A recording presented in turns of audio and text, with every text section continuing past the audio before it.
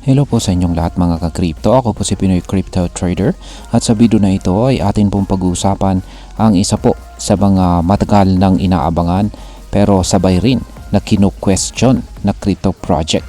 At yan po ay walang iba kundi si Pi Network. Noong una ay marami po ang natuwa at nagkaroon ng pag-asa na si Pi ay magiging sunod na malakas na token. Pero ngayong papasok na tayo sa buwan ng May, yan, May 2025. Bukas na po yan. Marami pong Pinoy investors at saka miners ang nagtatanong. Ano ba talaga ang nangyayari dito kay Pi? Dati isang malaking pangarap po itong si Pi Network. Isa itong mobile mining crypto na naging patok sa mga smartphone users dahil pwede ka pong magmina nang hindi kailangan ng malakas na computer.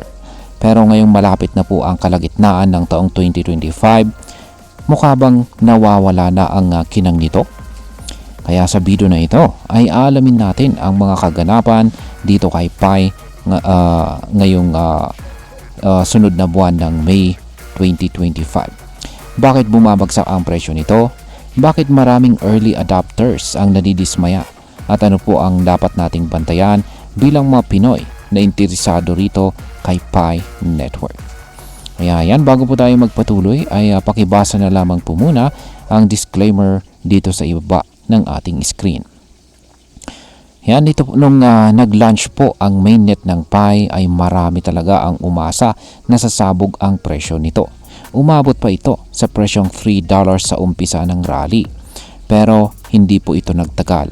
Ngayon, sa pagtatapos po ng buwan na ito, April 2025, itong si Pi ay bumagsak na po sa presyong 0.6077.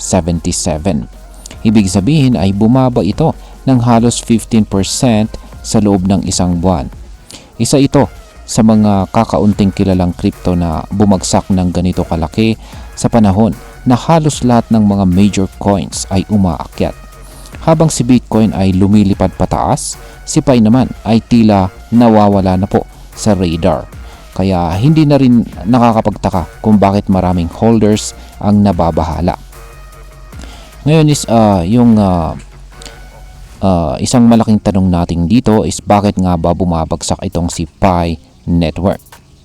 Ayon po kay Ginoong Alvin Khan ng Bitchit Wallet, ang unang kasikatan ni Pi ay galing po sa mobile mining at saka referral system.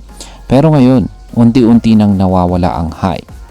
Kaya meron pong tatlong pangunahing problema rito. Yan, tinukoy nitong si Ginoong Alvin Khan. Yan, na naging dahilan kung bakit bumagsak itong si Pi Network. Una ay kakaunti po ang kanyang exchange listings. Ibig sabihin na hindi ito basta-basta nabibili o nabebenta sa mga kilalang exchanges gaya ni Binance o KuCoin. Pangalawa ay mababa na rin ang kanyang utility sa real world. Sa madaling salita ay kaunti lang ang mga aktual na gamit ni Pi sa tunay na buhay. Hindi ito madalas tanggapin bilang pambayad o bahagi ng mga decentralized finance or DeFi platforms. At ang pangatlo ay meron po siyang poor liquidity. Maraming holdings. Yan, marami pong may holdings nito pero kaunti po ang aktual na bumibili or nagtitrade nito. Kaya hirap po ang mga gustong magbenta or bumili sa tamang presyo. Dahil dito ay nababawasan po ang interest ng mga bagong investors at lumalayo na rin ang mga dating holders nito. Ngayon is dito naman po tayo sa technical analysis. Yan, kung ano naman ang pinapakita ng mga technical analysis or indicators dito ay Pi Network. Kung titignan po natin ang kanyang technical analysis ay mukhang hindi rin po maganda yung ipinapakita ng mga indicators natin dito. Yan, una is meron po tayong tinatawag dito na indicator na Chaiken Money Flow or CMF. Yan, at ito po ay nagpapakita ng kung gaano po kalaki yung pumapasok na pera. Yan, at dito ay mataas pa rin ang bentahan kaysa sa pagbili or mataas pa rin yung mga pinapakita po nito na mas malakas pa rin yung mga pwersa ng mga sellers kaysa sa pwersa ng mga buyers. Ayan. Sa RSI naman, ayan, yung kanyang RSI is nagpapakita naman ito na nasa 38 po siya. Ibig sabihin is malapit na po siya sa oversold level.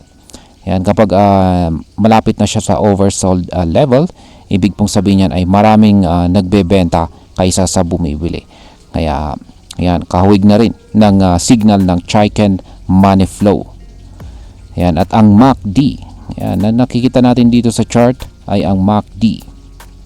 Ayan, sa itaas lamang po ng RSI. Ito naman po ay papunta sa negative trend. Sinyalis po yan ng posibleng pagpagsak. Bukod pa rito, si PAI ay kasalukuyang nasa trading range na 0.59 hanggang 0.67.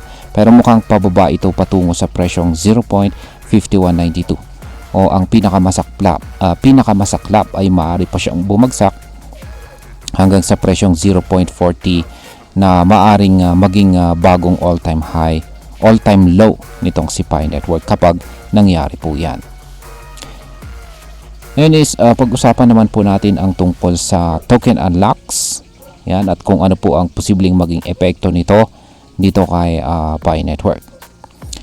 Yan, nitong April 2025 pa lang ay meron pong 21.4 million na Pi tokens ang na-unlock. Yan, at sa halaga na ito po ay nasa halaga na higit $12 million. Malaking dagdag po ito sa kanyang circulating supply. Sa susunod na taon ay inaasahang aabot po ng 131 million tokens per month ang ma-unlock. Ang problema dito ay simple. Kapag dumadami po ang supply at hindi sumusunod ang demand, bumabagsak po ang presyo. At kung walang token burn o malawakang update sa ecosystem, magpapatuloy po ang selling pressure.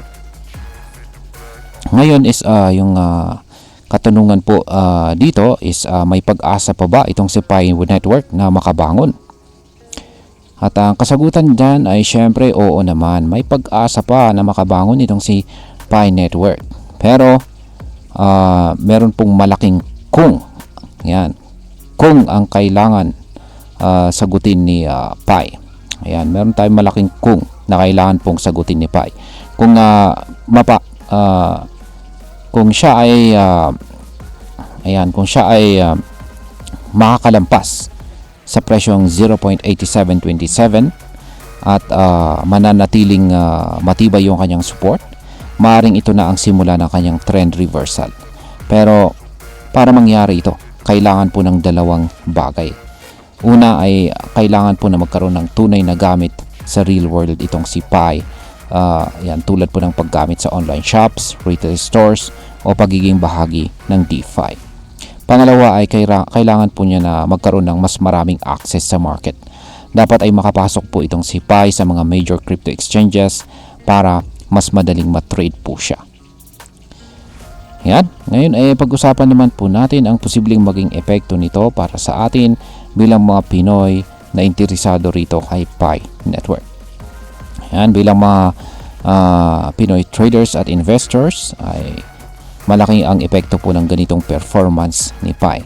Marami po sa atin ang umaasa at naglaan ng oras para sa mobile mining.